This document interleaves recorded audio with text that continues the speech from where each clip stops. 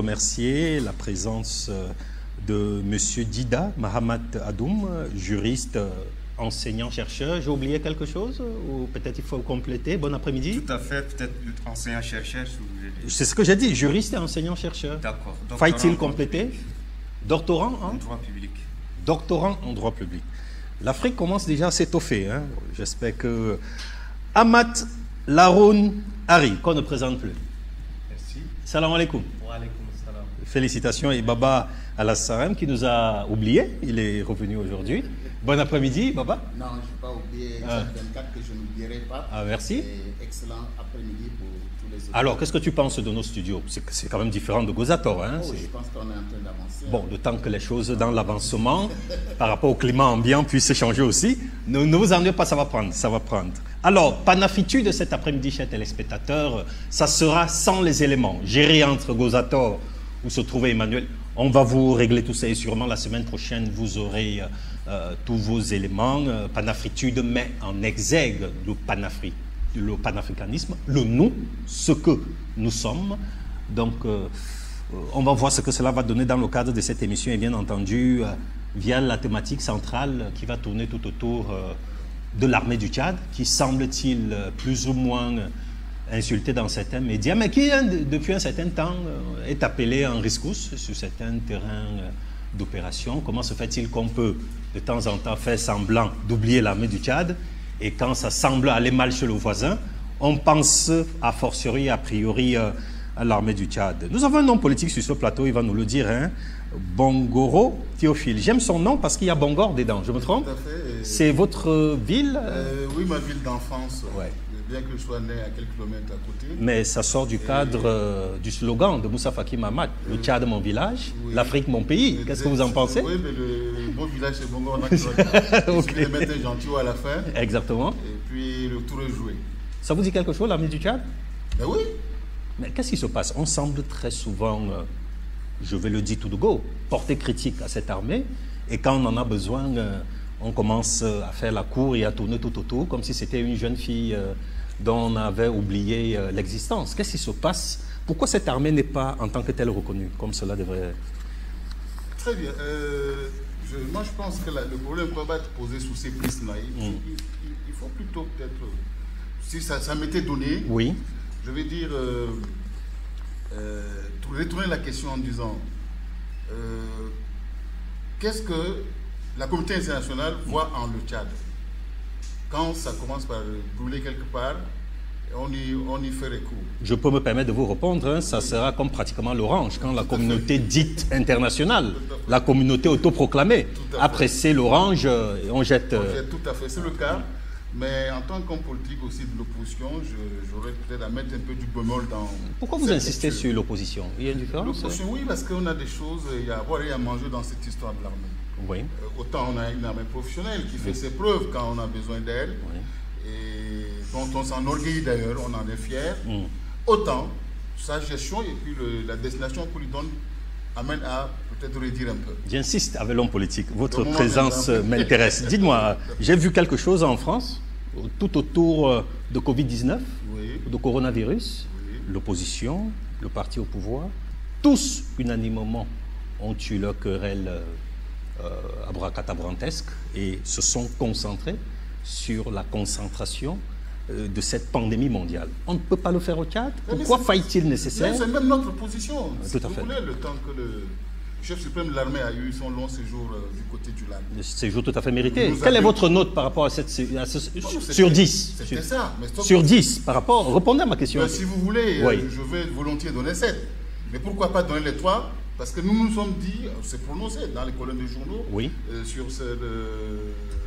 sur l'antenne de certains médias, notamment les radios parlées, FM Liberté et autres, pour dire que son séjour prolongé ne valait pas la peine. Parce que nous connaissons un peu le caractère intrépide de ce chef-là. Le débat s'ouvre.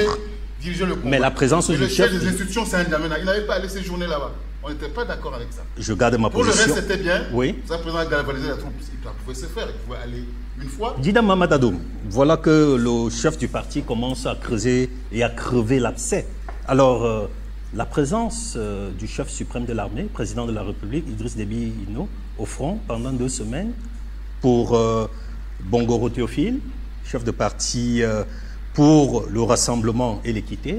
Il juge que ce n'était pas nécessaire, la présence du chef, et que la capitale du Tchad, c'est N'Djamena. À partir d'ici, il pouvait piloter les opérations. On sait que la présence du chef sur le terrain, c'est comme un directeur général qui n'est pas là. Quand il arrive à 14 h, tout le monde se met en ordre pour que le travail puisse avancer. Je crois que c'était nécessaire, sa présence sur le terrain, pour galvaniser le truc. Écoutez, merci déjà pour la parole donnée.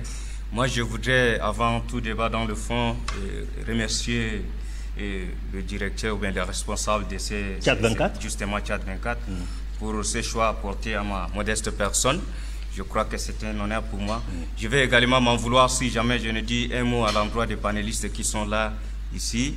Et je vous remercie.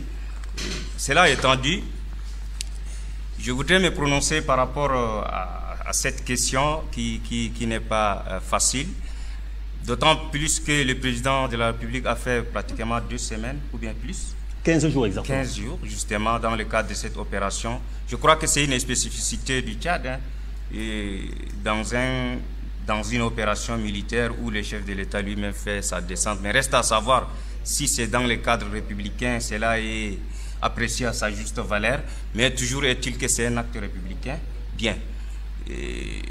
Mais du point de vue de sa portée, ça laisse à désirer. Ça laisse à désirer puisque si un chef de l'État séjourne dans une région pour une opération militaire pour 15 jours, je crois que c'est aussi long, tout en laissant la capitale, qui est le siège des institutions politiques et tout.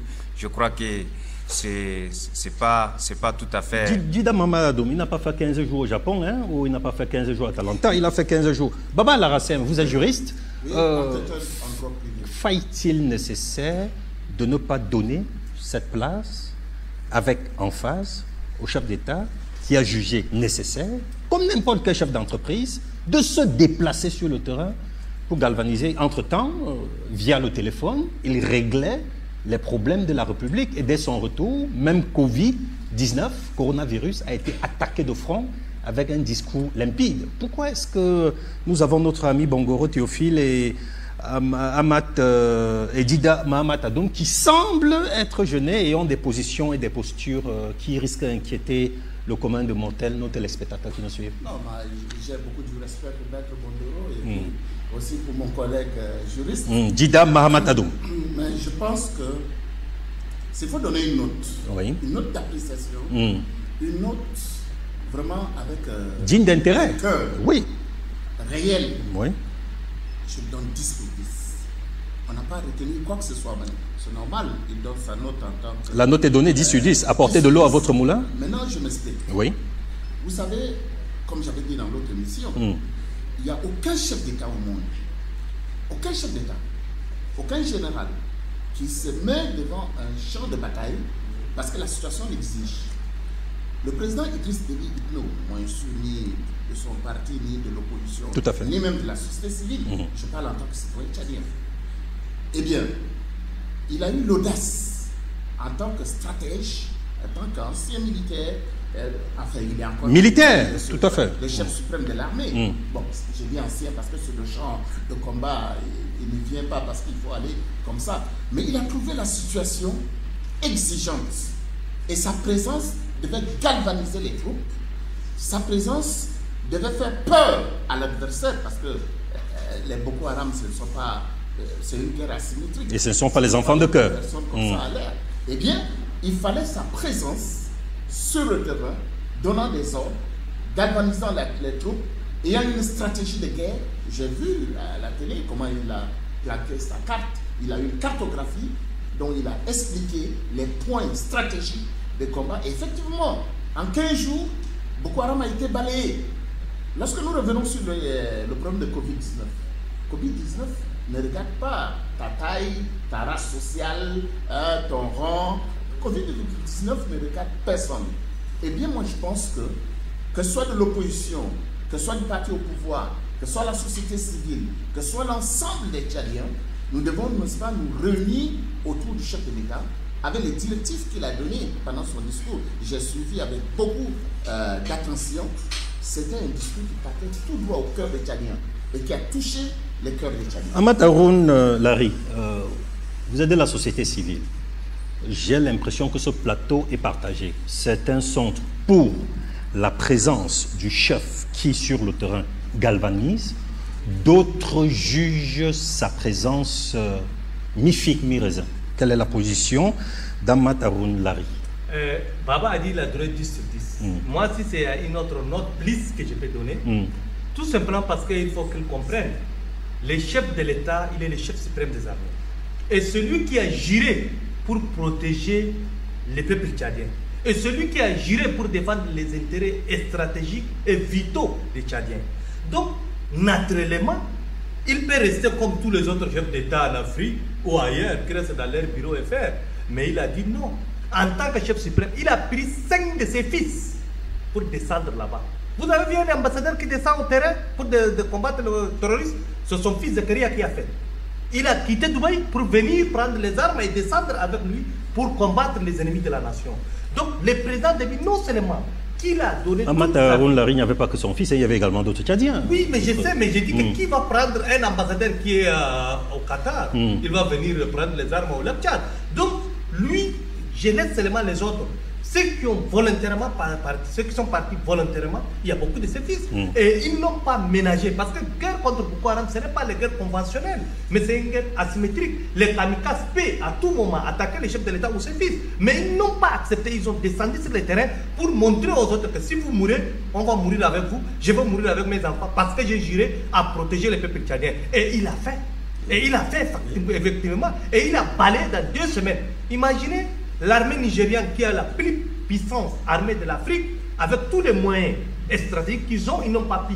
Mais le président Déby, une fois au terrain, il a balayé Boko Haram de tous les territoires tchadiens et les rescapés qui se trouvent ailleurs. Ça, moi, non seulement on doit le respecter, mais comme certains le disent, le maréchal, il a fait ce qu'il fallait pour encore protéger, parce qu'il avait une exigence. Il a dit, je vais finir avec Boko Haram avant de venir combattre le virus. Et il a fait. Effectivement, il est parti balayer le terrorisme parce que c'est une guerre. Il ne peut pas en même temps combattre le virus ici et en même temps rester là-bas, attendre Boko Haram massacrer les peuples tchadiens. Ça, inacceptable pour lui. Étant un chef de l'État, il a dirigé non seulement, ce n'est pas aujourd'hui que le président Idriss Déby qui est parti défendre le Tchad, non. Le président Idriss Déby, devant un troupe, il a combattu les troupes d'occupation gaddafienne. Merci de chuter. Merci de chuter. Je passe la parole également à Bongoro Théophile, même si Dida Mahamat Adoum, je crois, avait besoin d'ajouter quelque chose. Monsieur le Président du Parti pour le Rassemblement et l'Équité au Tchad, nous avons des gens qui sont apolitiques ici, donc peut-être vos propos pourront leur pousser à mieux adhérer à votre parti politique. À l'heure actuelle que nous parlons, avec la guerre asymétrique de Boko Haram, avec la guerre du coronavirus, dont le Tchad est a priori un tout petit peu plus ou moins épargné par rapport aux autres dans le monde et en Afrique, on peut dire que le président de la République, Idriss Déby Itno, a gagné son pari sur tous les points, mais vous êtes certes plus ou moins satisfait, vous êtes à 7 sur 10, mais vous avez des hicks et des couacs, vous avez des réserves. Les 1 284 000 km restent territoire du Tchad, alors pourquoi pas de 7 à 10 sur 10? Écoutez, dans le principe, on n'a jamais été contre la présence du chef de l'État là-bas. Nous avons dit qu'après avoir constaté que l'armée en a pris un sérieux coup, le fait qu'il se sédentarise là-bas nous pose 2 problèmes en tant que parti de l'opposition. La présence du président de la République a impacté négativement sur l'armée qui a pris un sérieux coup. Je ne vous comprends pas. C'est-à-dire quand il a constaté le dégât fait à Boma. Tout à fait. C'est in situ qu'il a décidé de ne plus revenir en Damena. Tout à fait. Et arborer son de prolonger son séjour. Arborer son treillis. Oui. C'est un peu de l'aspirine pour la troupe, ça c'est évident. Tout à fait. Mais nous disons en tant que chef, en tant que parti de l'opposition, qui aspire à diriger ce pouvoir un jour, qu'un chef d'État fait normalement confiance aux généraux qu'il nomme. Vous comprenez un peu? Tout à fait. Ça c'est le premier point. Il n'avait pas besoin, après avoir mis sur place la stratégie consistant à reprendre le dessus, de rester sur place. Parce que le siège des Nations, il y avait un autre défi qui était là, le Covid, et le troisième défi qui est la misère ambiante. Pour nous, qui se voit dans nos campagnes, et que cette maladie faisait son entrée par le côté Cameroun, le côté ouest, il fallait que le chef de l'État soit là, parce que c'est aussi un combat, celui-là. Il a des généraux qu'il a nommés, on ne peut pas nommer quelqu'un en qui on n'a pas confiance. il leur confie la tâche en faisant le plan avec eux. On sait que c'est un grand stratège, c'est connu de par le monde. On connaît aussi le caractère intrépide de notre armée, le caractère professionnel de notre armée, qui a été surpris cette fois-ci par la nébuleuse, mais qui pouvait prendre le dessus si le président mettait en place, comme il a l'habitude de faire d'ailleurs, une stratégie nette et claire, et confier la direction aux généraux. Que ce soit ces enfants ou les autres Tchadiens qui l'ont rejoint là-bas, c'est normal. Vous savez un peu, c'est l'union sacrée. Nous l'avons dit quand l'occasion nous avait été donnée, que ce n'était pas le moment de faire l'opposition pour l'opposition. Vous comprenez un peu? On a en face de nous 3 ou 4 défis, et le président a cru donner une priorité au combat du lac, alors que la maladie faisait aussi son entrée. Dida Mahamat Adoum, vous êtes juriste, enseignant, chercheur. L'homme politique sur ce plateau, Bongoro Théophile, parti pour le rassemblement et l'équité au Tchad, sa préoccupation est simple. Certes, le président a eu raison, mais la nomination par ce même président de certains responsables sur le théâtre de guerre ne sous-tendait et ne justifiait pas surtout cette présence prolongée. Parce que pour lui, le président est parti, c'est sur place qu'il décide de prolonger son séjour. Alors, comment est-ce que cela peut s'expliquer quand on sait qu'un chef sur le terrain joue son rôle de chef? Écoutez, moi en tant que chercheur, je voudrais vous simplement rappeler un adage de Hegel qui dit « l'État en est la fin et les citoyens en sont les moyens ». L'État est la fin, les citoyens en sont les moyens. Alors, je crois que la défense de la nation implique tous les citoyens, ou bien exige à ce que tous les citoyens mouillent le maillot. Mais le chef de l'État est directement interpellé par la Constitution en tant que chef suprême des armées. C'est une compétence régalienne. Donc il est tout à fait normal, ou bien il est tout à fait logique que le président de la République puisse, en tant que premier chef, lui-même mouiller les maillots. Moi, je pense que c'est nécessaire. C'est nécessaire. C'est ce que je ne comprends pas, c'est que le résultat que son intervention a donné, c'était un résultat appréciable. C'est un résultat qui était attendu également à moyen terme. Justement, dans peu de temps, les Boko Haram sont balayés. Ça, c'est un résultat qu'on peut constater, c'est positif. Mais ce qui tarote notre esprit, et c'est là où je partage l'opinion du maître Bongoro, c'est que le président s'est beaucoup plus intéressé, comme d'habitude et comme toujours, je prends le risque de le dire, du côté ou bien du volet beaucoup plus militaire que d'autres volets tels que la santé, et comme nous sommes justement au temps de Covid. Donc, cet effort qu'il a pu déployer aurait pu être fait également sous l'angle des luttes de Covid. Pourquoi? Eh bien, parce que les Tchadiens, vous le voyez, souffrent de cette maladie. On a besoin de mesures, on a besoin de décisions. Donc, au même titre qu'il est parti mouiller le maillot, il faut le reconnaître en tant que républicain, en tant qu'humain. Il a travaillé. Mais on aimerait voir également notre chef de l'État sur le terrain. Amataron Larry, vous êtes n'est-ce pas, de la société civile. On accuse ici le président de la République de focaliser ses efforts rien que sur le terrain militaire et oublie par exemple le côté sanitaire par rapport à cette pandémie mondiale. Mais le président a des acquis dans son actif. L'exemple est simple. Covid-19 au Tchad, on peut dire recul par rapport à certains pays en Afrique. Et également, après son séjour sur le théâtre de la guerre, parce que sans la paix, on ne peut pas lutter contre la santé, eh bien, il a pris des mesures par rapport à un discours qui a fait ses effets, et de suite, 200 milliards ont été décaissés pour que les premières mesures soient suivies. Il y a le 13-13, etc. Alors, est-ce que Maître Bongoro Théophile et Dida Mahamat Adoum, ils ne sont pas peut-être en train d'un tout petit peu trop pousser le Rubicon avec l'ambiance économique actuelle au niveau international que nous connaissons, le baril du pétrole qui a combien, 15 $, etc. Oui. Bon, je le comprends, je comprends le chef de parti, c'est normal. Il dit ça, mais en oubliant que lorsqu'il dit le président de la République doit faire confiance à ces généraux qu'il le nomme, il faut être fier parce qu'aucun général tchadien jusqu'à nos jours n'a déçu le peuple tchadien, jamais, jusqu'à nos jours.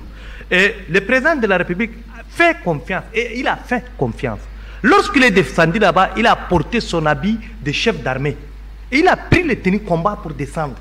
En tant qu'un officier supérieur, c'est son devoir. Il peut rester, comme tout autre politicien d'autres pays, dans son bureau et appeler. Mais il n'a pas fait. Parce qu'il a dit, le colère de Boma, l'heure est grave. Et je dois finir avec cette histoire avant de venir combattre Covid. De la même manière, il a fait confiance à ces généraux de l'autre côté. Et de la même manière, il a fait confiance aux médecins, aux cellules de crise qu'il a nommées. Depuis là, il ne s'ingère pas. Il les a laissés ici de gérer les crises. Il finit avec Boko Haram avant de venir rester en tant qu'un chef social. Vous savez, le président Déby est l'un des rares chefs d'État au monde, les plus socialistes au monde. Imaginez les mesures que le président a prises. Vous pouvez faire une étude comparative de tous les pays. Moi, j'ai eu à faire ça. Quel pays au monde qui a fait des sacrifices comme le président Déby? Calculez seulement ce qu'il a pu donner. Le Tchad n'a rien. Mais le Tchad, tout ce qu'ils ont, il a dû donner au social. Les mesures de 100 milliards, 30 milliards pour la jeunesse, eau, électricité gratuite. Mais dites-moi les pays qui a fait ça. Personne. Même les États-Unis. En Afrique, personne n'a pu faire. Lorsque vous me dites que le président Déby, en tant qu'un chef militaire, doit faire confiance aux généraux, je suis d'accord. Et il les fait confiance. À chaque temps, il fait confiance. Ceux qui ont combattu Boko Haram, il les a donné les grades de généraux. Tous les autres, il les a donné un galon. Mais une fois ici, il a laissé les médecins, les cellules de crise, le comité scientifique pour gérer Covid. Et en même temps, l'obligation pour nous en tant que société civile, c'est d'être derrière notre armée et notre chef. On a fait, parce que la société civile a donné du sang. On était parti donner le sang à nos forces de défense et de sécurité. Parce qu'au banque de sang, il n'y avait pas de sang là-bas. La société civile se sont mobilisés et ils ont donné le sang. Certains partis politiques, ils sont partis aussi suivre notre pas. Mais, moi, ce qui m'a plus choqué, parce que le rôle des partis politiques, c'est quoi? C'est de sensibiliser leurs militants, de former leurs militants et de chercher à conquérir le pouvoir. Au Tchad, les partis politiques ne sont pas outillés, ou ils refusent même de s'impliquer, à part le communiquer à la radio ou sur Facebook, comme la République de Facebook. Ils sont là seulement à critiquer, mais pas donner quelque chose. Imaginez, lorsqu'on a commencé avec le Covid, les partis politiques ne sont pas sur le terrain pour sensibiliser, mais on s'interroge. Les partis politiques, c'est une obligation. Moi, j'ai dit, mon professeur Maurice Kamto au Cameroun ici, un opposant qui amène des cadeaux, et lui, il dit qu'il va faire si l'État ne fait pas. Mais pourquoi les opposants ici, ils sont là dans leur coin, ils écrivent seulement les petites tweets, et ils sont là. Haroun Lari ne fait plus du tout sourire, maître Bongoro Théophile, qui au départ, n'est-ce pas, se permettait comme ça pratiquement de se lâcher sur le plateau. Baba Laracène, qu'est-ce qu'on peut dire pour clore et avancer dans l'émission? Moi, je voudrais dire deux ou trois choses. Lorsque maître Bongoro trouve que l'absence du président Déby sur le champ l'inquiète. Non, l'absence au palais. Au palais, au palais. des institutions républicaines. Ça l'inquiète. C'est-à-dire qu'il y a une absence, n'est-ce pas, qui est là au palais, qui devait, n'est-ce pas, gérer des affaires publiques. Écoutez, il y a beaucoup de chefs d'État ici à Afrique qui laissent le pouvoir pour 2 ou 3 ans. Ils séjournent en Europe. J'en connais quelques-uns que je ne vais pas citer le nom. Le plateau n'est pas indiqué. Ils séjournent en Europe. Oui. Et au point où les citoyens sont obligés de leur demander des comptes pour dire, mais écoutez, on ne sait pas si notre président vit encore au pays. Mais il y a quand même la paix dans ce pays-là. Pourquoi? Parce que en tant que président de la République, il a la stratégie, n'est-ce pas, de diriger le pays dans la paix, garant des institutions, comme à son absence. Eh bien, je veux dire par là que quoi? C'est-à-dire que le président Déby a trouvé une urgence par rapport au Boko Haram en ce moment, et la raclée que Boko Haram à l'époque a donné à l'armée tchadienne devait révolter un chef d'État normal. Et surtout que c'est général de l'armée. Deuxièmement, il n'a pas oublié le Covid-19. C'est-à-dire, le Covid-19 est arrivé le 19 mars, comme il choisit toujours le chef du 19, il est arrivé le 19 mars au Tchad. Le président de la République a eu, n'est-ce pas, la présence d'esprit de pouvoir fermer les frontières terrestres, aériennes, fluviales du Tchad, de prendre toutes les mesures, n'est-ce pas, pour éviter que le Covid-19 entre. Et il a parlé, il s'est adressé au peuple tchadien en parlant concernant le Covid-19. Moi, ce jour-là, ce discours est allé tout droit dans mon cœur, en tant que citoyen, pas en tant que qui que ce soit. Eh bien, ensuite, il y a eu une urgence par rapport à la lutte contre le Boko Haram. Et le chef de l'État est allé sur le terrain, galvaniser les troupes, connaissant le terrain plus que tout autre. Ce n'est pas parce qu'il n'a pas confiance aux généraux, non. Cela ne veut pas dire qu'il n'a pas confiance aux généraux. En tant que chef d'État, sa présence galvanise. Sa présence était importante à l'instant T. Maître Bongoro Théophile, Oui. allons-y, toujours dans ce sens-là pour conclure, parce que votre point de vue semble être battu en brèche, on dirait, sur ce plateau. Ça ne va pas être battu parce que je crois que on a mis l'accent sur ce que le rôle central que joue un chef d'État. Exactement. Il ne peut pas choisir un pan d'une activité qui, même si c'est primordial et capital, l'usage s'y trouve signalé, oui, s'y accrocher et puis laisser le reste de ses prérogatives. Vous voyez un peu. Déjà, oui. Maître Théophile Bongoro, oui. Sans la paix, on ne non, fout rien dans un pays. Le Tchad ne se limite pas qu'au lac. Oui. Toutes nos frontières sont sécurisées.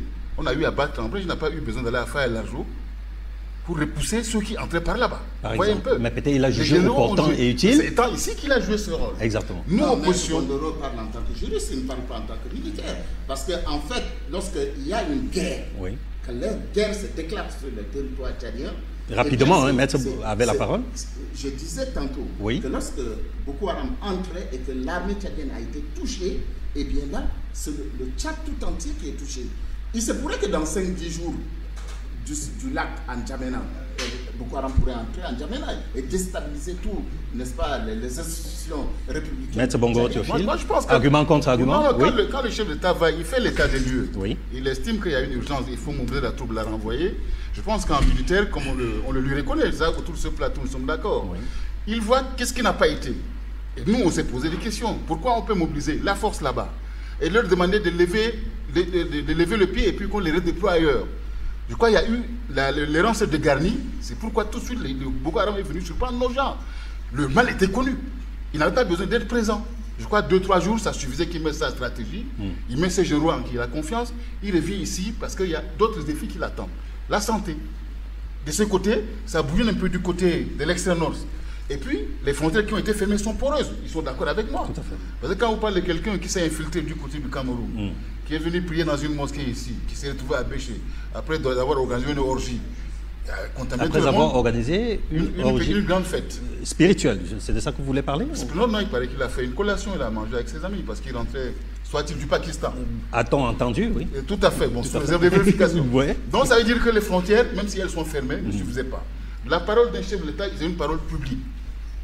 Il suffisait qu'il soit en train d'agir en lieu et place, ou bien aux côtés de ce comité de veille. Nous ne vivons pas ce qu'on vit aujourd'hui. À l'heure où nous vous parlons, ça deviendra un domaine avec le Covid. Oui. Simplement parce que le président a fait confiance. Pourquoi il ne pouvait pas faire confiance aussi à ces généraux là-bas?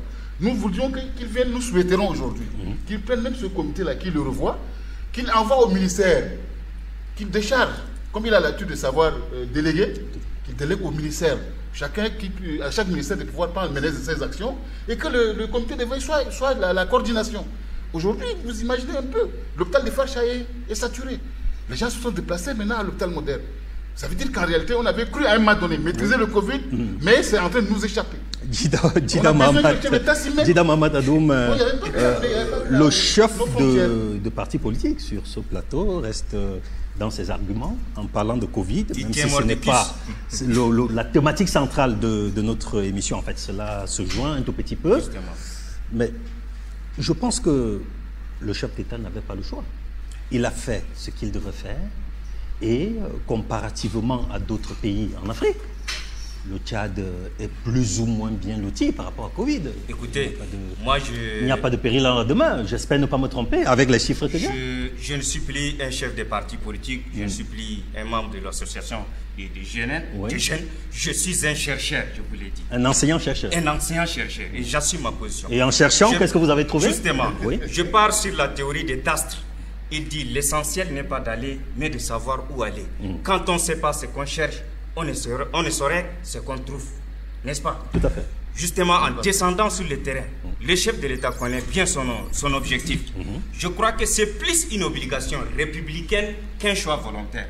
C'est une obligation pour lui. Parce que, comme l'a dit quelqu'un tout à l'heure pour le marteler, il agirait de nous défendre.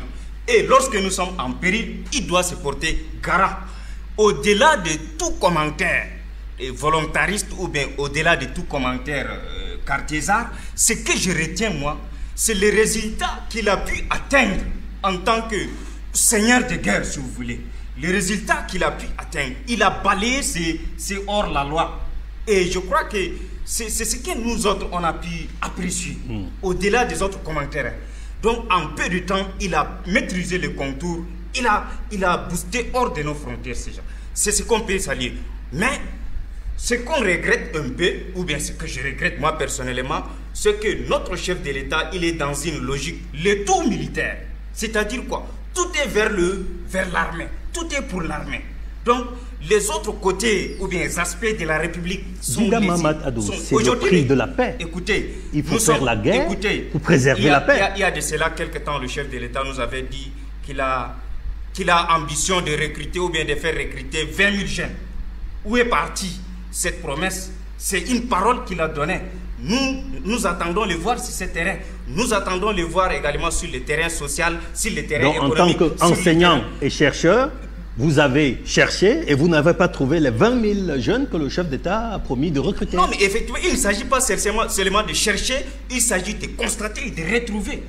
N'est-ce pas? C'est la mise en acte de la parole des chefs de l'État. C'est ça qui nous intéresse. Amatadou Aroun-Lari, oui, je voudrais chuter pour vous dire qu'en réalité, personne n'est contre le chef de l'État, personne n'est contre son acte, mais c'est qu'en tant que premier responsable de la République, nous attendons les voir sur d'autres terrains également être plus efficaces et plus proches de nous que du terrain strictement militaire. Dida Mahamat Adoum, je vous rassure, hein, c'est dans ce genre de plateau et c'est dans ce genre d'émission que, n'est-ce pas, jaillit très souvent la vérité. Amat Aroun-Lari, oui, moi, j'ai bien écouté mon collègue. Moi, j'ai beaucoup de casquettes. Non seulement que je suis de la société, mais je suis aussi chercheur. Exactement. En tant que leader d'organisation, plusieurs organisations de jeunes, en réalité, les présidents ont recruté plus de 20 000.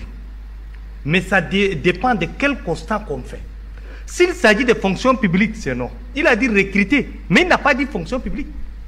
Parce que s'il s'agit de fonctions publiques, avec le Covid, vous dites quel terrain, on n'a pas beaucoup de personnes sur. Il a 1600 quelques, les 1000 sont déjà recrutés. On a vu hier, c'est déjà recruté. Et avant-hier, il a appelé les gens pour la mise en œuvre de toutes les mesures. Parce qu'il est choqué qu'on n'a pas mis vite. C'est recrutement sélectif. Non, on ne peut pas dire sélectif, c'est tchadien.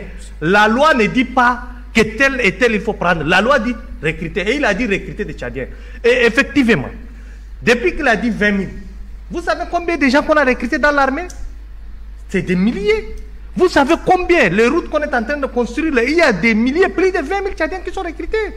Les routes, moi j'étais descendu au lac, frontière Tchad-Niger, j'ai vu les gens qui sont recrutés. Au nord, il y a des recruteurs. Le chef de parti parle au nord.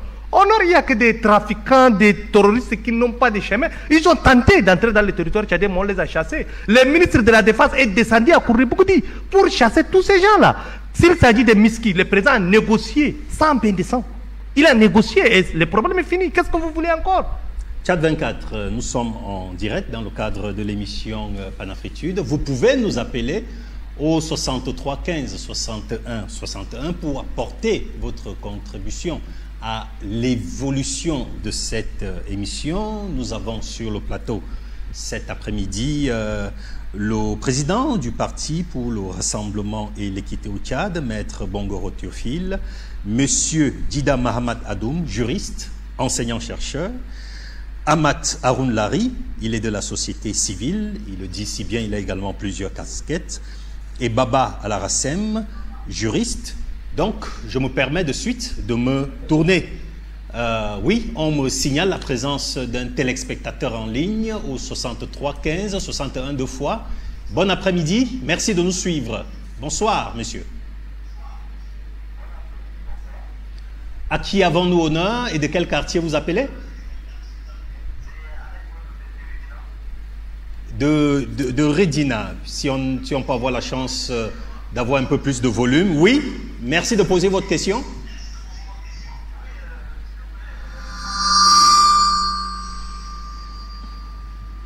Allô?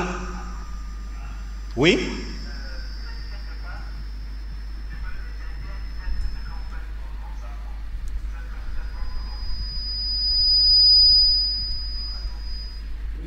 Nous avons de la peine à vous suivre.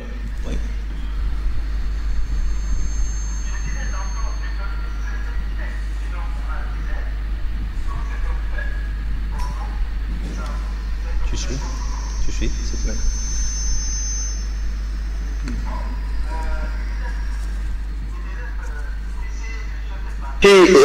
n'ont pas contribué à cette organisation de Covid pour aider la population à passer le message des barrières et autres. Sache que quelque part, ici, c'est pas comme Maurice Kamto ou autre. Sincèrement, nos chefs des partis politiques ici n'ont pas de quoi pour participer, pour aider. N'est-ce pas? Donc, là, cet aspect, n'en parlons même pas. Et je m'en vais vous dire quelque chose de l'autre côté. Je ne suis pas contre à cette opération du colère de Boma. C'est bien encore, il est parti nettoyer cette nébuleuse qui tente à faire du mal à tous les Tchadiens.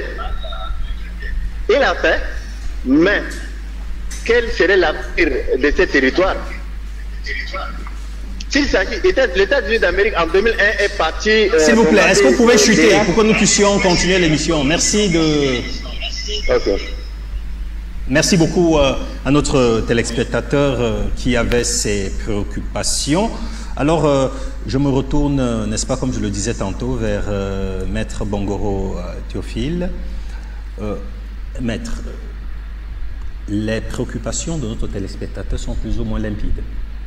Est-ce que vous pouvez ajouter un mot à ce qu'il a dit, allant dans son sens, ou alors peut-être apporter beaucoup plus d'éclairage? Nous l'avons suivi ensemble. Oui, moi j'ai cru, bon, la qualité n'était pas... Le son, oui, mais bon, on arrive à suivre à peu près 85%. Oui. Je crois savoir qu'il est en train de parler de la sensibilisation d'abord au niveau du quartier.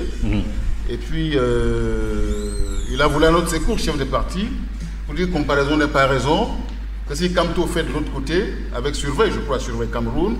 Mais lui, il va dans le sens d'encourager l'action du chef d'État. Oui, tout à fait. Tout à fait. Non, mais il est parti du Covid au lac. Hein. Tout à fait. Donc, sur la sensibilisation, ça, on est d'accord. Oui. Je pense que le comité de veille a eu de moyens qu'il a pu mettre au service de certaines entités pour les aider, pour l'aider à pouvoir faire la sensibilisation. Nous avons eu l'occasion de le dire que le Tchad ne se limite pas qu'à N'Djamena. Je crois que sur les 15 millions, autour nous serons à 2, 1 quelque, ici à N'Djamena. Le niveau aussi général de la population ne lui permet pas de comprendre le message en français. Covid, quelqu'un l'a dit ici, ne connaît pas le niveau intellectuel, ne connaît pas la race, ne connaît pas la catégorie socio-professionnelle de chacun de nous. On a souhaité que les moyens soient donnés aux radios communautaires, qui sont très proches de nos populations reculées, pour que les sensibilisations se fassent dans les langues locales. Pour l'appuyer un peu. Par exemple. Voilà. Et les chefs de quartier ont la tradition. Ou les chefs de carré. Oui, tout à fait. Même si les contacts, la distanciation sociale étant de mise, je crois que le bouche à oreille ou le téléphone arabe joue son rôle au Tchad. Donc si les chefs de quartier étaient associés, ça pouvait aller aussi. Tout comme ceux qu'on appelle chefs de race, qui sont chefs de communauté.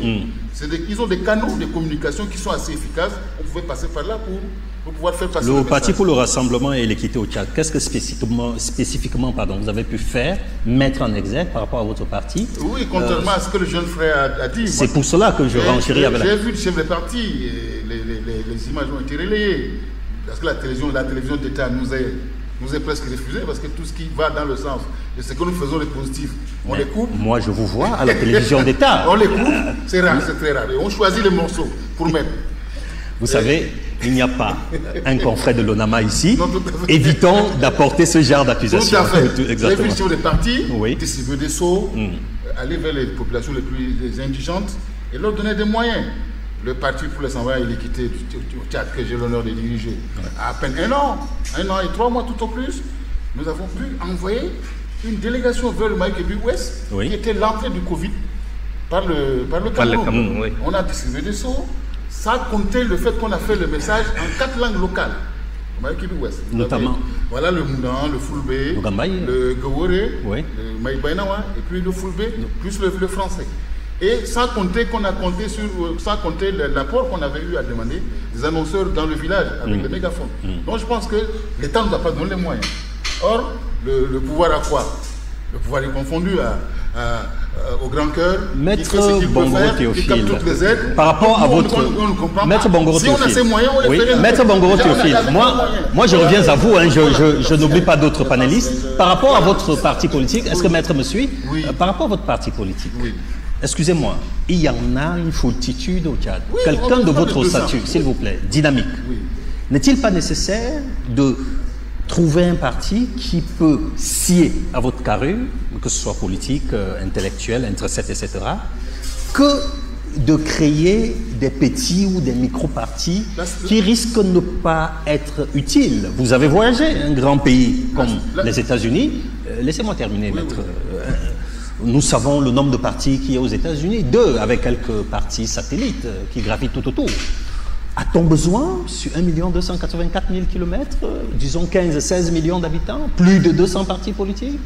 C'est pour quel résultat en termes d'impact et de visibilité? Moi, je pense que la sélection devait se faire d'elle-même. Ce serait le struggle for life au sens de Darwin. Vous comprenez un peu? Je vous suis. Au sortir du forum, il avait été décidé que, à chaque échéance électorale, un quota devait être atteint par certains partis, auquel cas on les radiait.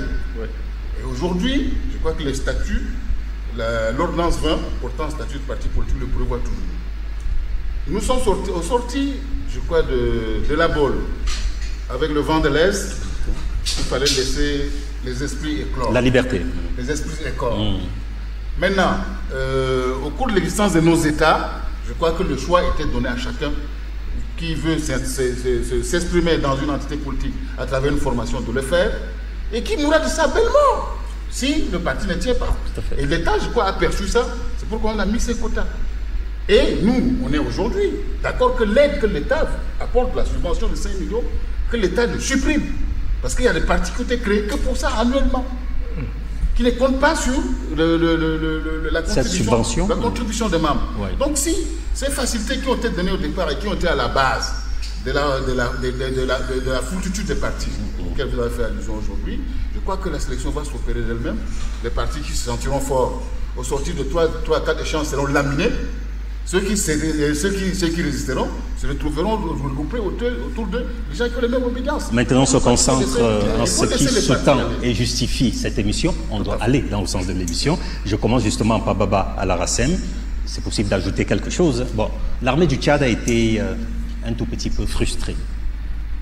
Je ne voudrais pas utiliser l'adjectif de l'humiliation au niveau international, mais comment se fait-il qu'on semble encore vouloir rappeler cette armée dans certaines contrées, dans certains pays, quand ça ne va pas, on crie au secours l'armée, et très peu savent reconnaître les victoires de cette armée-là sur le terrain.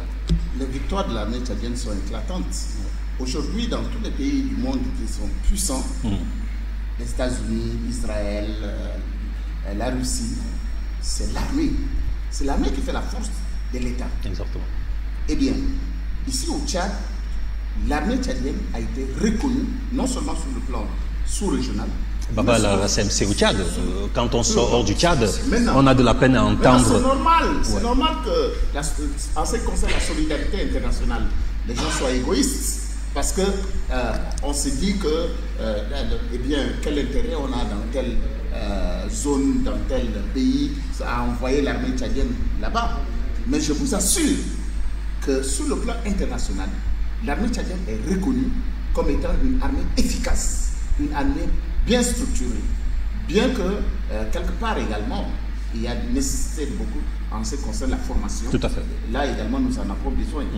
Mais cette, comment dirais-je, ce refus de reconnaître, n'est-ce pas, la capacité de l'armée tchadienne à défendre sur le territoire tchadien et à l'extérieur. Regardez par exemple au Mali. Lorsque le Mali a été envahi, et j'allais dire à Maître Bondoro tout à l'heure, que lorsque on pense que le président est allé séjourner à 15 jours c'est trop, eh bien, c'est la même chose que les gens ont pensé aussi au Mali à l'époque. On pensait que rien ne va se passer, ce n'est que l'armée malienne va racler Boko Haram. Eh bien, ils ont carrément pris le nord du Mali. Et beaucoup de villes ont été mises sous le régime, n'est-ce pas, de Boko Haram. On a égorgé des gens, on a coupé les mains. Et vous avez vu, ça a fait appel à la communauté internationale. Et il va falloir que l'armée tchadienne descende au Mali. Lorsque la guerre qui a eu lieu à Tessalit, selon les informateurs en tant qu'enquêteur de droit privé, la guerre qui a eu lieu à Tessalit, c'est une région montagneuse. Il y a eu des grottes, il y a eu des combats corps à corps, où les Tchadiens sont allés avec vraiment, comme disait face to face, pratiquement. Saddam Hussein a dit ceci, il faut avoir le courage d'un Tchadien et le cœur d'un lion pour gagner un combat. Ça, c'est une citation de Saddam Hussein. Paix à son âme. Paix à son âme. Eh bien, l'armée tchadienne est allée affronter ces Boko Haram avec un combat corps à corps jusqu'à, n'est-ce pas, tuer le Borgne. Oui. Le Borgne a été tué là-bas. L'Algérien. Baba Al-Hassem, ce combat, dont avec beaucoup de brio, vous nous expliquez, avec nos téléspectateurs, ils sont tout à fait d'accord, ils peuvent d'ailleurs nous joindre au 63 15 61 61. C'est connu par vous, c'est connu par moi. C'est connu même par le chef du parti d'opposition sur ce plateau. Oui, mais le souci, le président de la République n'avait pas eu besoin d'aller à l'Ifogaz pour donner la force à nos soldats sur le terrain. Maître Bongoro, il n'est pas allé au Mali. Maître Bongoro, s'il vous plaît. Non, il dit qu'il n'avait pas eu besoin d'aller au Mali. Sur un plateau. Baba Al-Hassem, nous sommes sur un plateau responsable. Tchad 24, c'est une chaîne de télévision responsable. J'ai tout autour de moi des enseignants-chercheurs qui, heureusement, cherchent et trouvent. Je compte sur vous, n'est-ce pas, pour qu'on puisse gérer cette émission jusqu'à sa fin, en respectant, n'est-ce pas, tout le monde, tout en sachant, une minute. Monsieur l'enseignant-chercheur, j'ai la parole. Vous voulez prendre ma place, s'il vous plaît? Voilà, merci beaucoup. Donc, comme je le disais donc tantôt, nous allons essayer de mener cette émission jusqu'à sa fin. Celui qui avait la parole, c'était justement Baba Al-Hassem qui doit tout faire en 30 secondes pour chuter. Voilà, pour chuter, je voudrais revenir sur l'auditeur tout à l'heure. J'ai mis mon oreille, n'est-ce pas, de manière très attentive pour écouter malgré le son. Il ressortait deux choses principales. Tout à fait. Premièrement, il parlait de la faiblesse de l'opposition. C'est-à-dire que l'opposition ne pouvait pas faire grand-chose pendant le Covid-19. Pendant que les gens comme Maître Bongoro venaient de dire... Et Maître Bongoro n'a pas compris ça. Ou il a fait semblant de ne pas comprendre. Le parti au pouvoir ou bien le président de la République a usé, n'est-ce pas, de tout l'appareil étatique et les provisions qu'il avait, n'est-ce pas, pour faire face au Covid-19. Et ça, c'est tout à fait normal. Nous sommes des contribuables tchadiens. Moi, je suis un contribuable. Je parle en tant que citoyen. En tant que contribuable, mon argent doit être utilisé, n'est-ce pas, pour me défendre en cas de maladie et de décès. Eh bien, moi, je pense que l'opposition devait plutôt avoir des visions, n'est-ce pas, pour pouvoir travailler en sorte que l'opposition soit beaucoup plus proche de la population lorsque la population en a besoin. Et ça, c'est la première des choses que j'ai retenue de ce que l'auditeur a dit. Deuxième des choses, c'est que la descente sur le terrain, il a dit ceci, que ça nous a fait tous du bien. C'est ce que j'ai retenu. Ça nous a fait non seulement au Tchad, mais également au Niger, au Cameroun, au Nigeria. Ça nous a fait du bien. Et je pense que Boko Haram va réfléchir par deux fois pour pouvoir faire une telle entrée au Tchad. Dida Mahamatadou. Moi, je crois que je voudrais rebondir par rapport au propos de notre Baba, M. Baba, qui apparaît comme un poète militaire. L'armée tchadienne a fait, l'armée tchadienne, je crois que c'est beaucoup plus de la poésie. Hein. Écoutez, nous, je crois que un notaire a dit, hein, je crois que c'est René Dumont, il dit, les commentaires sont libres mais les faits sont sacrés. Les commentaires sont libres, mais les faits sont sacrés. Dida Mahamatadou, par rapport aux faits concernant les victoires de l'armée du Tchad, c'est visible. Il ne s'agit pas de faire, je ne sais plus trop, de la poésie. Et par rapport à l'armée tchadienne, il s'agit de constater les retombées. Qui bono? Pour quelle raison? Pour quelle raison? Qu'est-ce qu'on peut gagner à travers les actions que mènent nos forces de l'ordre? Vous pouvez répondre à cette question. Je crois que nous sommes au XXIe siècle, là, nous sommes dans un siècle de globalisation. De globalisation et quand vous donnez, vous devez recevoir quelque chose. Nous sommes allés au Mali, nous sommes allés, je ne sais plus trop, au Cameroun, nous sommes allés un peu partout. Mais en retour, qu'est-ce qu'on a pu gagner? Les gens ne sont même pas reconnaissants de ce que nous faisons. Nous gaspillons des milliards, nous gaspillons nos sangs, vous voyez, nous gaspillons nos moyens, nous gaspillons tout et tout. Et en retour, on ne reçoit rien. Moi, je crois que je suis factuel, je suis également réaliste. Sur le terrain, qu'est-ce qu'on est en train d'observer concrètement comme avancement? Parce qu'il ne s'agit pas de s'engouffrer dans une démarche de tout militaire.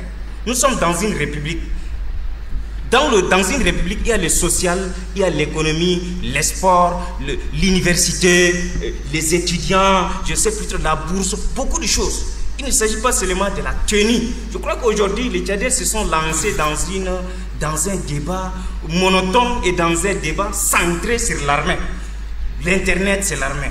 Le terrain, c'est l'armée. La rue, c'est l'armée. Il faut qu'on sorte un peu de cette gouffre-là pour voir un peu le social. Ouais, aujourd'hui, socialement, nous avons des problèmes. Je crois que le général de Gaulle a dit, ce qui se conçoit bien s'énonce clairement et les mots pour le dire arrivent aisément. Je crois que la réalité elle-même parle d'elle-même. Nous avons trop de problèmes, non seulement le Covid, non seulement de la pauvreté, nous avons du chômage qui est là également. Donc il faudrait qu'on porte également ces débats au niveau national, au niveau grandiose. Il ne faut pas qu'on se gère, qu'on se lance dans des débats qui sont orientés Ahmad Haroun Larry, l'enseignant-chercheur et le juriste Dida Mamatadoum crevent un tout petit peu l'abcès ici en parlant du fait que l'armée du Tchad, sur plusieurs terrains d'opération, s'est battue et on a la nette impression que la récompense ou alors le fait tout simplement de reconnaître ces victoires semble ne pas être à la hauteur des victoires de cette armée-là. Lui, il propose et préconise, et ce n'est pas la première fois que je l'entends, que l'armée devrait se renfermer et que l'État devrait orienter ses ressources-là ailleurs. Je suis en train de résumer les propos de l'enseignant-chercheur. Merci. Mon ami Dida, il connaît très bien. Dans ce pays, il n'y a personne qui a mené plus que moi des recherches sur l'armée. Personne. J'ai 2 ouvrages, prise de l'article sur l'armée. Les propos de Baba, ce n'est pas des poèmes. Non, il a dit la vérité. Mais moi, je comprends, il y a une disconnexion entre l'armée et le peuple. Et ce que Dida dit, c'est normal en tant que juriste, mais la question, lorsqu'on fait quelque chose, on a toujours d'intérêt. Vous ne pouvez pas développer un pays tant que vous n'avez pas une armée forte. C'est impossible. Il faut l'armée, d'abord les autres. L'armée tchadienne a combattu au Cameroun, au Nigeria. Pourquoi? C'est pour défendre l'intérêt stratégique et vital du peuple tchadien. Vous savez, avant l'intervention des Tchadiens, Boko Haram a pris 7000 bœufs des Tchadiens. Si. C'est le couloir où les marchandises, les ports des Tchadiens, tout vient de là-bas. Le Tchad ne peut pas s'enfermer ici et attendre que les terroristes finissent avec le Mali et après l'Afrique de l'Ouest. L'objectif, c'est quoi? Attaquer aussi le Tchad. Et le Tchad doit faire une guerre préventive. Et cette guerre préventive, le Tchad doit positionner son armée au-delà. C'est la géostratégie. Et donc, pour parler de l'armée, il faut maîtriser la géostratégie. Et la géostratégie tchadienne, ce n'est pas pour dominer, mais c'est pour prévenir les dangers qui ne viennent pas à son peuple. Si aujourd'hui on laisse Boko Haram, on laisse AQMI et tous les autres éliminés qui se trouvent partout, ça ne peut pas.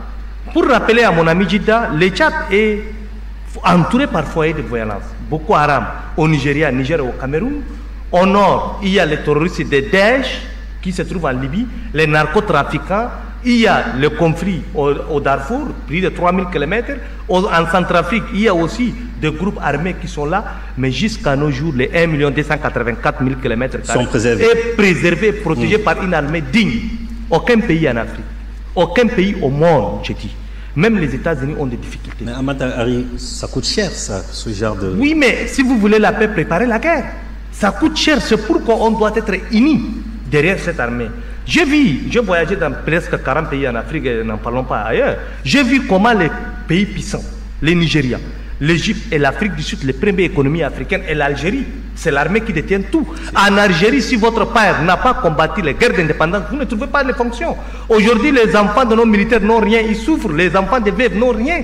C'est que cette année, le président a dit à l'Assemblée, ils doivent penser à ces gens-là. Ils meurent pour nous. Ils ne meurent pas pour Idriss Déby, mais ils meurent pour le peuple tchadien. Idriss Déby, c'est le chef suprême, c'est leur chef. Et il accepte de se sacrifier. Je me rappelle les propos du président Déby après les victoires au Mali. Il dit, le général Dokumo m'a appelé. Il dit, monsieur le président, excellence monsieur le président, les terroristes sont de l'autre côté, qu'est-ce qu'on fait? Il dit, je te donne l'ordre de pousser et d'attaquer ces terroristes et de libérer les frères maliens. Et c'est que Dokumo et le général Mamad a fait. Ils ont libéré le Mali. Et le peuple malien, où les peuples ouest-africains sont tous reconnaissants. J'ai eu à participer à plusieurs sommets en Afrique de l'Ouest et Afrique centrale pour la paix en Afrique. Mais lorsqu'on te voit en tant que Tchadien, les gens reconnaissent. Même si certaines personnes, certains médias internationaux ne veulent pas reconnaître, tout simplement parce que les gens veulent dire qu'en Afrique, il n'y a pas une armée qui peut défendre les peuples, nous on est là. Mais l'armée tchadienne aujourd'hui fait la fierté, non seulement du Tchad, mais de tous les peuples africains. Aujourd'hui, vous ne pouvez pas dire qu'au Tchad, depuis des années, qu'au Tchad, dans tous les conflits qu'on a connus, qu'il y a d'autres qui sont venus. Non.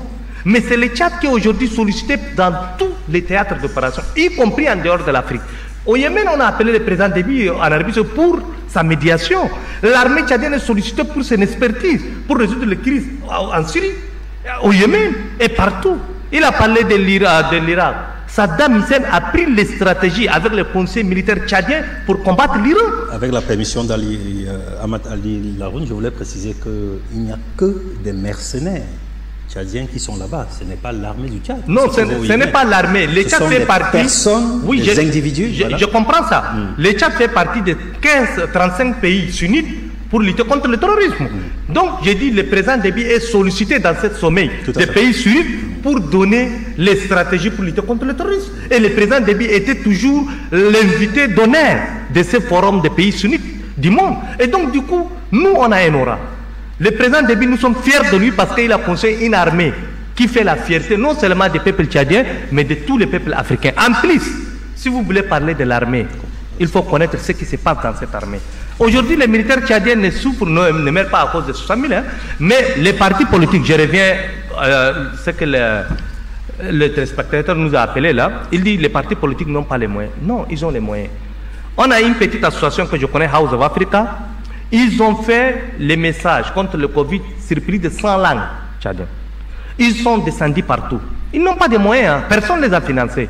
On a 300 quelques partis politiques. Et beaucoup de nos chefs partis politiques, ils étaient à la base, ils ont travaillé partout. Beaucoup ont beaucoup d'argent, ils sont de commerçants. Mais ils peuvent seulement acheter les masques. C'est pas cher. Ils peuvent défendre sur le terrain. Sur le Facebook, là, j'ai dit toujours combien de Tchadiens qui voient la télé, combien qui sont sur le Facebook. Mais si on revient, on est ensemble avec cette armée parce que conquête de pouvoir, aujourd'hui, si demain il devient président, c'est cette armée qui va le trouver. Et donc il doit contribuer. Maître Bongoro Théophile, vous êtes le président du parti pour le rassemblement et l'équité au Tchad. Vous pouvez nous joindre, chers téléspectateurs, sur le 63 15 61 61. Je comptais sur Gozator pour faire défiler ce numéro à l'écran. Peut-être ça sera pour prochainement. Le temps de tout roder nos machines ici depuis que nous sommes du côté de Majandafak. Les États-Unis, Maître Bongoro, ont levé par rapport à la crise du Covid-19, le coronavirus, 2000 milliards pour protéger et préserver leur économie. L'Union européenne, en général, ils ont décidé, via l'indépendance qu'ils ont par rapport à leur planche à billets, ils ont levé 3000 milliards. Le président de la République essaye de faire des efforts, mais nous savons tous que certains pays en Afrique, notamment la zone CFA, ne contrôlent pas leur planche à billets. Alors, comment peut-on être sur le front de la défense par rapport à Boko Haram, Cameroun, Nigeria, Tchad, etc., et avoir les moyens nécessaires pour rebondir par rapport à Covid-19. Et tout cela quand c'est un autre pays, hors de l'Afrique d'ailleurs, qui décide par rapport à tel budget qu'on peut mettre dans tel endroit ou par rapport à telle aide. En fait, il y a toujours des propos qui ne sont pas bien compris par le commun des mortels. Est-ce qu'on est vraiment... est-ce qu'on est ouvert? Est-ce qu'on peut aller jusqu'au bout de sa pensée politique quand financièrement on dépend de quelqu'un? C'est pas tout simplement le cas du Tchad. Il y a 15 pays comme ça en Afrique centrale. Si un pays donné n'a pas donné le là, ça ne peut pas avancer. Oui, un chef de parti politique de votre acabit devrait être interpellé sur ces sujets-là. Oui, je crois qu'on est sur le sentier battu. C'est des sujets qu'on n'a pas cessé d'aborder dans nos états-majors par rapport à notre armée dont l'intervention, du fait de son professionnalisme, n'a pas été seulement sollicitée aujourd'hui. Tout à fait. Je me souviens qu'en 97-16, j'étais encore tout jeune, je faisais un premier pas en politique après être leader étudiant, qu'on avait intervenu à Bangui. C'était parce que nous étions Il y avait une mutinerie. Maître Bongo, vous savez comment ça s'est soldé à Bangui, voilà. Où on a qualifié. Les Anissé Solé. Et puis après les enquêtes, c'était faux. Bon, je sais, mais tout de même, on a intervenu sous la coupole régionale. Tout à fait. On se marque et tout ça. Le Tchad avait le commandement en main. On a quand même pu éteindre le feu. Maintenant, les appréciations qui ont suivi, ça dépend. On est allé, on s'est comporté comme en terrain conquis. Mais les gens peuvent dire ce qu'ils veulent dire. Ces appréciations impactent négativement sur l'armée. Et ce n'est pas toujours la vérité. C'est autre chose. Mais nous, le problème, nous, dans les états-majors politiques, le problème est que nous redoutons qu'on fasse un mercenariat d'État. Parce que quand on intervient sur le théâtre des opérations, parfois sans être demandé. Sans être demandé par le pays en question. Parce que le Tchad est toujours sollicité. Mais... Attendez, le Mali, par exemple, c'est la France qui nous a demandé. Oui. C'est Serval. Et la France n'a pas remboursé rien du tout. Et le temps que le premier séjour de nos forces, là-bas dans les Ifogaz, nous a coûté plus de 56 milliards de nos francs. Tout à fait. Et le budget annuel était prévu pour 90 milliards. Sans compter les êtres humains qu'on a perdus, les veuves qu'on a fait, les veuves, les orphelins. Et je crois que la communauté internationale avait à un moment donné dit qu'elle pouvait indemniser les victimes indirectes, c'est-à-dire les gens qui ont vu leur enfant mourir, ou bien les veuves qui ont vu leur mari mourir là-bas. Il n'en est rien aujourd'hui. Nous sommes toujours dans l'attente. Aujourd'hui, pourquoi chaque fois c'est nous qui allons sur le théâtre des opérations? C'est vrai, nous faisons la guerre préventive, parce que quand la case du voisin brûle, il faut aller l'éteindre. C'est bien. Tant qu'il n'y a pas la paix, il n'y aura pas de développement. Mais c'est tout à fait justifié. Sans la paix, on n'avance pas. Attendez, le pétrole nous a fourni assez de moyens. On était dans la période faste, au point qu'on n'avait pas besoin de lever le couvercle sur ce fonds. Et aujourd'hui, on a acheté du matériel dont l'entretien nous coûte très cher. On n'arrive pas. Parce que ces engins lourds, vous ne les tournez pas pendant un temps donné, ça commence, le moteur grippe. Vous imaginez un tout petit peu. Et figurez-vous, quand on amène 250 engins, 240 engins lourds au Mali, et c'est resté là-bas. On n'a pas pu les exporter. Certains sont... Le fait que le sable, les grains de sable sont entrés dans les engins, dans le moteur, nous a coûté une pelle sèche. Nous, ce que nous disons, est qu'une armée normale en temps de guerre doit servir pour le développement. Dans d'autres pays, on voit les génies militaires et autres. On n'est pas permanemment en guerre. Ce n'est pas parce qu'on a fabriqué des gens qui n'ont de métier que de faire la guerre. Maître Bongoro, le Tchad est pratiquement en permanence en guerre. Je n'invente rien. Écoutez, si c'est ça, on n'allait pas exporter tout le temps nos forces. On va se contenter que de nos frontières. Vous imaginez un peu? Mais si aujourd'hui, on va au Nigeria, on va au Cameroun, et qu'on ne reçoit que les colibés en retour, ça ne nous sert pas beaucoup. On peut juste se contenter de nos frontières.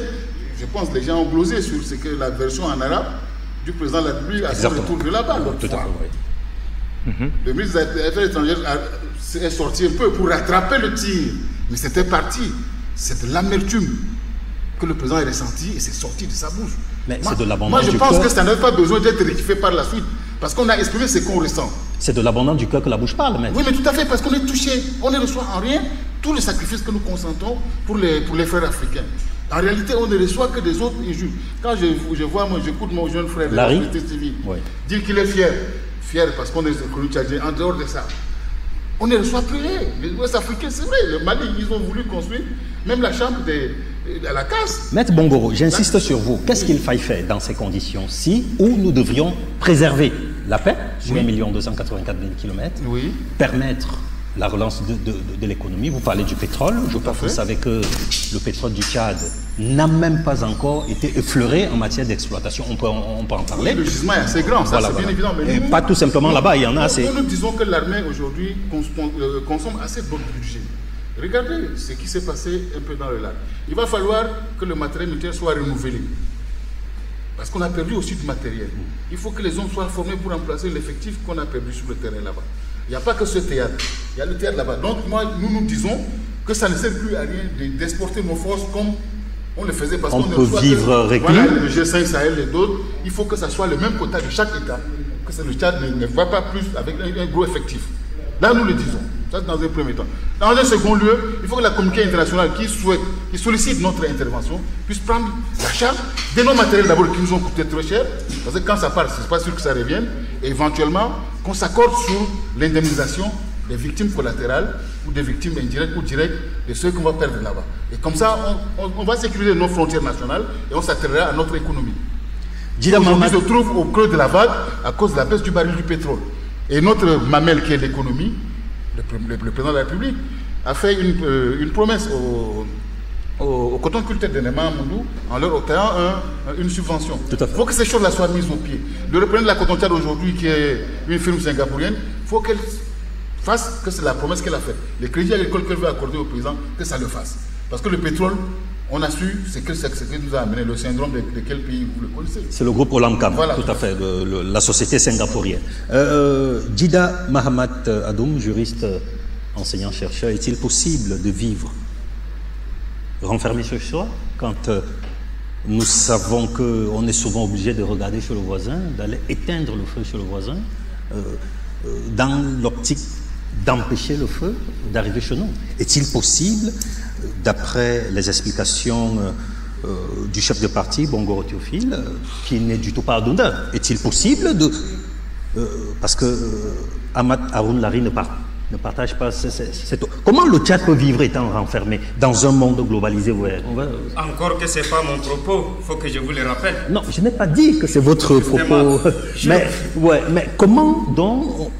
Quelle est votre solution à apporter? Nous tirons déjà la fin. Écoutez, je ne sais pas, c'est peut-être par un instinct, ou bien peut-être par une logique, par une simple coïncidence, je ne sais pas, mais avec Maître Théophile, je crois que je partage son opinion, je ne sais pas, je ne sais pas. Lorsqu'il dit que nous étions dans une aventure quelque part, je crois que c'est aussi une réalité. Et je crois qu'il faut qu'on sorte de cette folie qui voudrait qu'on se sente supérieur parce qu'on est quelque part au Mali, qu'on se sent supérieur parce qu'on est quelque part au Yémen. Non, ce n'est pas le Tchad qui prétend être supérieur. C'est d'autres qui disent que l'expertise du Tchad est supérieure. Justement, qu'on sorte de cette logique centrée uniquement sur notre orgueil, qu'on se focalise à la réalité. Et c'est quoi la réalité? La réalité, c'est concentrer nos efforts, n'est-ce pas, sur soi. Sur soi, au plan interne. Aujourd'hui, on a trop de problèmes. Écoutez, je voudrais ouvrir déjà une fenêtre pour dire que regardez combien de chômeurs que nous avons. Le nombre de chômeurs. Le Cameroun nous envoie des diplômés. Le Bénin nous envoie des diplômés chaque année. La France nous envoie des diplômés. La Guinée nous envoie. Le Sénégal nous fait autant. Qu'est-ce qu'on doit faire avec cette jeunesse? Est-ce que cette jeunesse-là peut se nourrir de cet orgueil militaire dont Djida Mahamat Adoum, ce n'est pas toujours l'État qui doit absorber tous ces jeunes. C'est l'État qui Il y a le taux emploi. L'État qui encadre le taux emploi, mais avec quoi? Avec quoi? Aujourd'hui, les vrais talents sont dans la rue au Tchad. Vous voyez, les jeunes ne sont pas encadrés, ils sont délaissés, et ils sont abandonnés et ils ne savent pas à quel sens se vouer. Il y a des... Je crois qu'il y a des organisations, des organismes de l'État qui encadrent justement ces jeunes-là. Oui, il y a l'autre là, on appelle FONAP, il y a beaucoup. En plus, moi je fais partie de ceux qui ont étudié au Cameroun.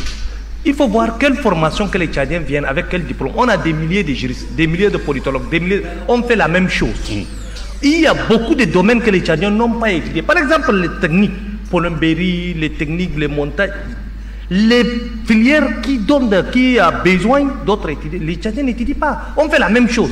Donc aujourd'hui au Tchad, vous trouvez la plupart des diplômes du Tchad, c'est le droit, c'est l'économie, c'est la sociologie, des filières qui ne développent même pas un pays. Et donc c'est ces filières qu'on a réussi.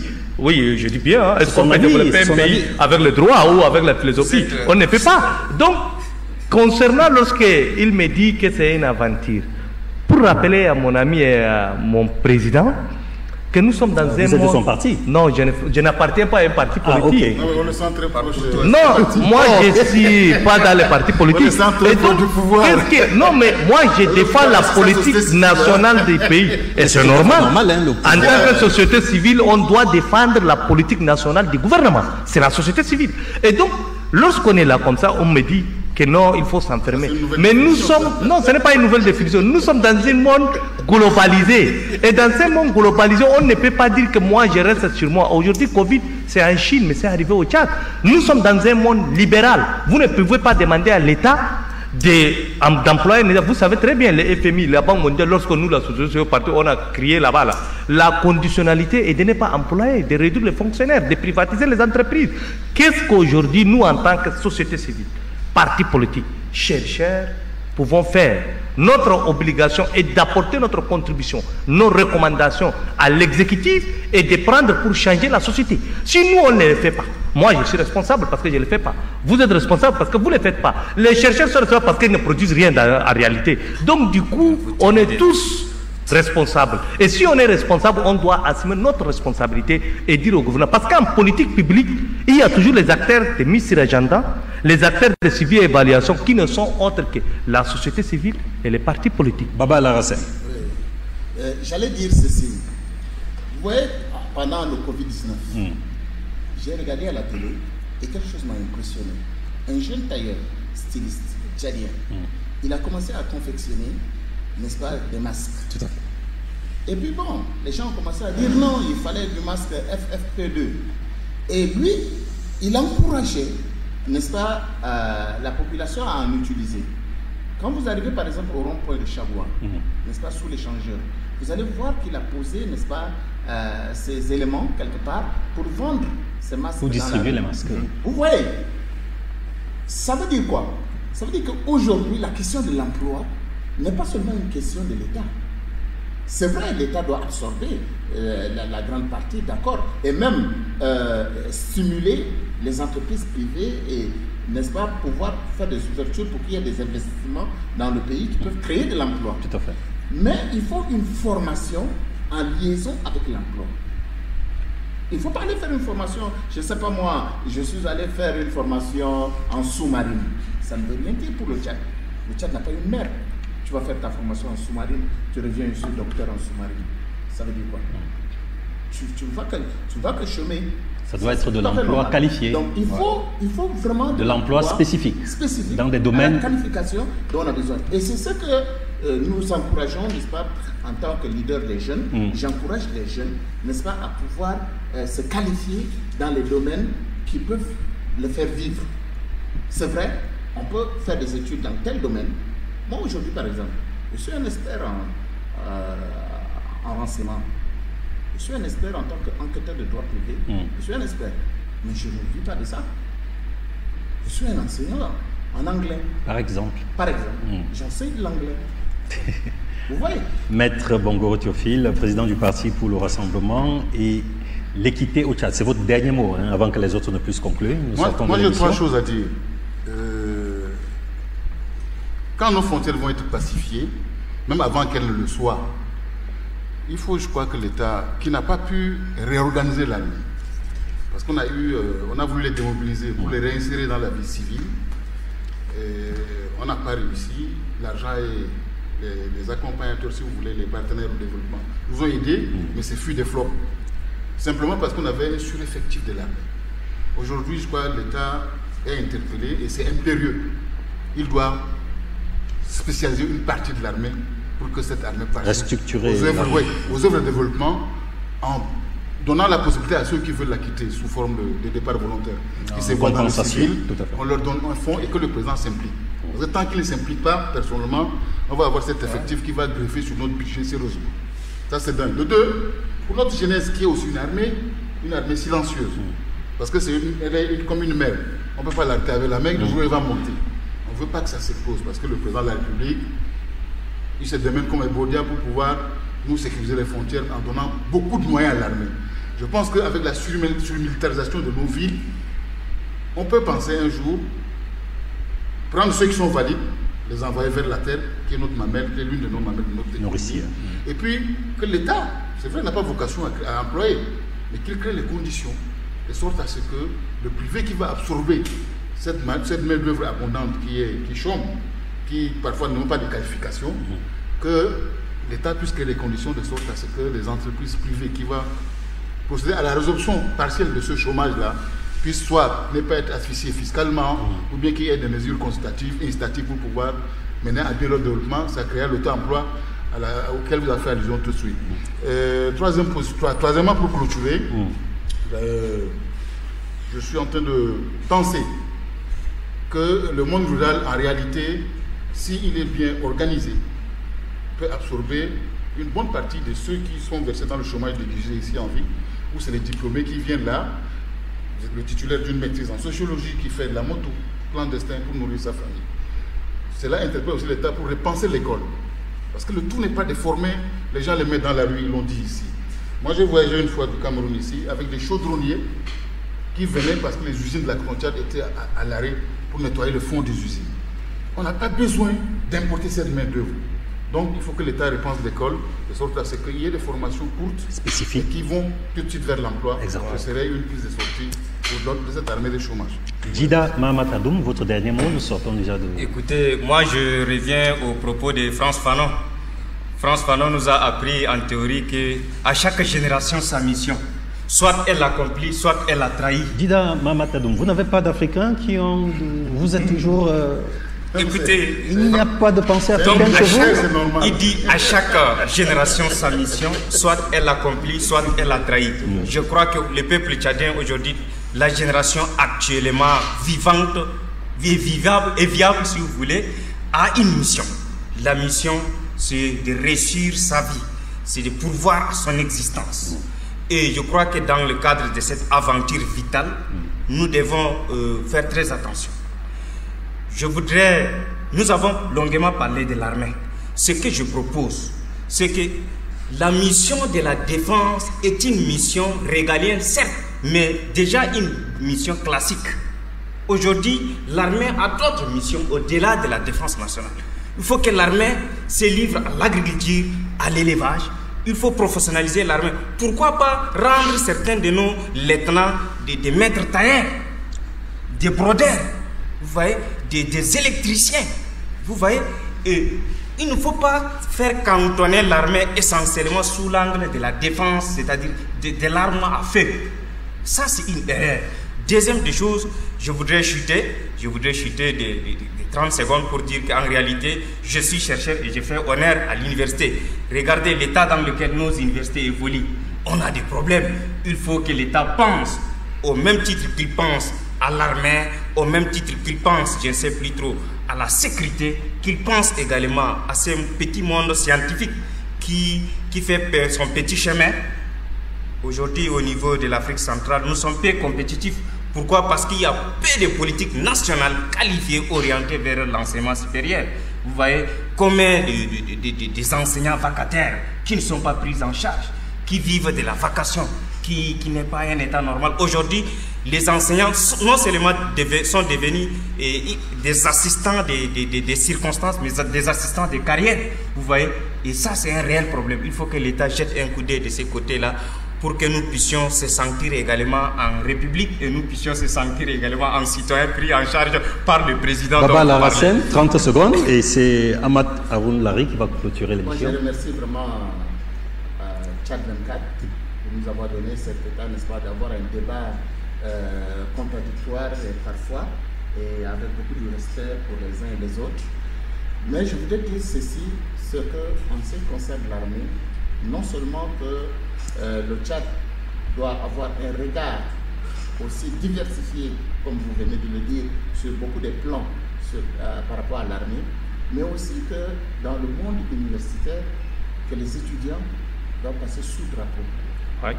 Les étudiants doivent passer sous drapeau, parce que si vous n'avez pas la vision de l'armée, ce que c'est que l'armée, même lorsque vous allez finir vos études, vous allez toujours vous cantonner sur des raisonnements vagues, occidentales, européennes et machin, mais sans toutefois savoir les réalités de l'armée, ce que c'est que l'armée. Donc je suggère vraiment qu'au niveau, lorsqu'on passe, n'est-ce pas, à l'université, en première année déjà, avant d'aller en première année, il va falloir que les gens passent, n'est-ce pas, sous drapeau. Je ne sais pas, Maître Bondoro, si vous étiez sous drapeau, mais quand vous parlez de l'armée comme si l'armée n'était pas vraiment valable, hein, l'armée n'est pas un instrument nécessaire. Non, Baba Laracem, il faut chuter pour que Larry puisse... Nous ne pouvons plus... Les débats, c'est off. Chutez, s'il vous plaît, pour qu'on puisse sortir. Merci beaucoup à Baba Laracem. Ahmad Haroun Lari. Pour finir, moi je commence par les propos du président de la République qui dit « J'aime les jeunes qui osent, qui ont l'audace. Si on ose, on peut faire. » Aujourd'hui, dans la sous-région, nous sommes fiers. Étant jeunes, on peut participer à tout. On peut tout dire. Concernant l'armée, pour dire à mon ami Djida, c'est en temps de paix que l'armée contribue au développement. Je peux dire qu'aujourd'hui dans ces pays, sans me tromper, les plus formés dans tous les domaines, y compris juridique, c'est l'armée. Il y a les Manem qui est là, ils ont des brodeurs, des tailleurs. Le président est parti pour les dire de confesser, ils sont en train de confesser directement les casques maintenant. Ils vont distribuer dans bientôt. Donc l'armée, il y a des agriculteurs, il y a tout. L'armée c'est un État dans un État. Si aujourd'hui les enseignants refusent d'enseigner, l'armée est capable de relever.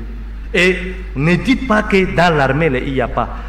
Si cette armée est en train de faire des sacrifices ultimes, le salaire d'un enseignant à l'université divisé par 10 ou par 5 pour le salaire d'un colonel, pour le solde d'un colonel. Donc vous comprendrez que l'armée n'a rien. Il n'y a pas de moyens dans cette armée. Mais ces hommes qui font des sacrifices, il faut les reconnaître. Nos enseignants, un mois, si on ne donne rien, ils sont en grève. Regardez la qualité d'étudiants qu'ils forment. Partez à l'université, il faut voir. Et ils ne font pas l'honneur. Aujourd'hui, aucun étudiant qui est sorti d'ici, je pèse mes mots. Les enseignants, vous êtes là. Aujourd'hui, vous êtes fiers de qui? Parmi vos enseignants, parmi vos étudiants que vous avez formés. Et je suis sûr que tu es formé au Cameroun. Baba, vous êtes formé ici, mais vous savez, vous êtes parti ailleurs même pour vous former. Donc, il faut qu'on se voit. Si les étudiants ne sont pas bien, ne sont pas brillants, ça veut dire que l'enseignant est mauvais. Et si l'enseignant est mauvais, on doit voir les résultats des enseignants là, ce n'est pas les réussites des étudiants. Donc il y a un problème. Je remercie l'armée de leur sacrifice et il faut que les autres sachent que nous sommes derrière cette armée. Et cette armée qui fait des sacrifices chaque jour pour que nous vivons, pour que nous, dormons avec nos femmes. Et eux, ils sont sur le terrain. Je vous remercie encore. Panafritude, nous sommes sur Tchad 24 et la thématique de cet après-midi, chers téléspectateurs, en plein période du Ramadan, pour ceux qui sont concernés, c'est l'armée tchadienne, sollicitée pratiquement sur tous les fronts. Et comme disait Maître Bongoro Théophile, président d'un parti politique, ça sait exactement à quoi ces sollicitations. Je peux faire m'arrêter là pour ne pas trop ouvrir encore le débat. Ça nous a fait plaisir, chers téléspectateurs, de vous savoir assez nombreux. Comptez sur nous dès la semaine prochaine pour que vos rubriques habituelles qui tournent tout autour de cette émission, Panafritude, Zapresse et les autres émissions puissent être rodées pour que entre nous, à Majandafar et du côté de Gozator, que la machine soit huilée pour que nous puissions vous apporter entière satisfaction dans le cadre de nos émissions. Tchad 24, c'est sur le bouquet Linet et bien entendu sur les réseaux sociaux. Ce fut un réel plaisir. Merci à Bongoro Théophile, j'espère ne pas écorcher son nom, président du parti pour le rassemblement et l'équité au Tchad. Merci à Didama Matadoum, juriste, enseignant-chercheur. Merci à Amat Haroun Lari, à qui je dis une fois de plus merci. Et également à Baba Larassem, qui commence déjà à être habitué sur ce plateau. Je suis votre humble serviteur. Que la miséricorde du Tout-Puissant nous facilite tous. Merci. Bonsoir.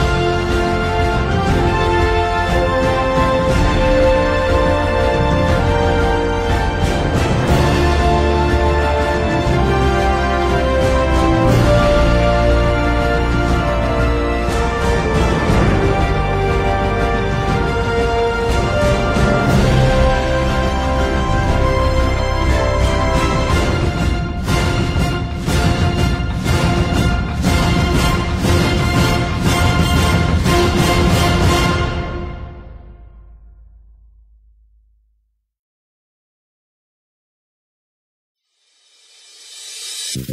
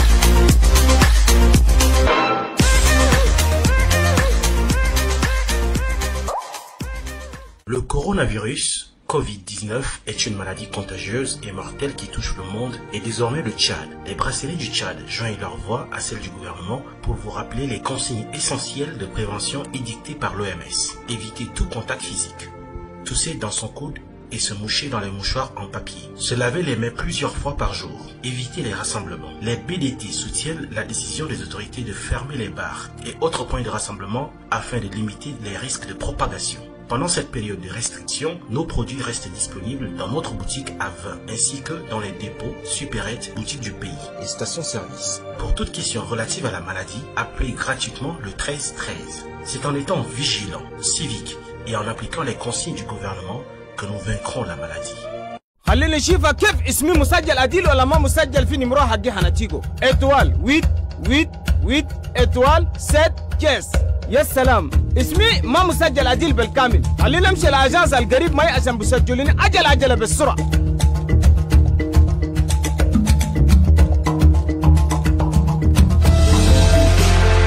الو السيرفيس كوميرسيال هنتيجو معاكم. اختاروكوا في التيروسور وفزتوا ب8 ألف ريال تلقوا مباشرة في الكونت تيكو كاش هناكم. يا سلام! لحد يوم 30 أبريل سجلوا أدير رقمكم هنتيجو وحاولوا تبقوا من ال10 ناس البلغوا 8 ألف في الأسبوع بتيروسور في الكونت تيكو كاش هناكم. تيجو عالشبكة رقم 1 في تشاد.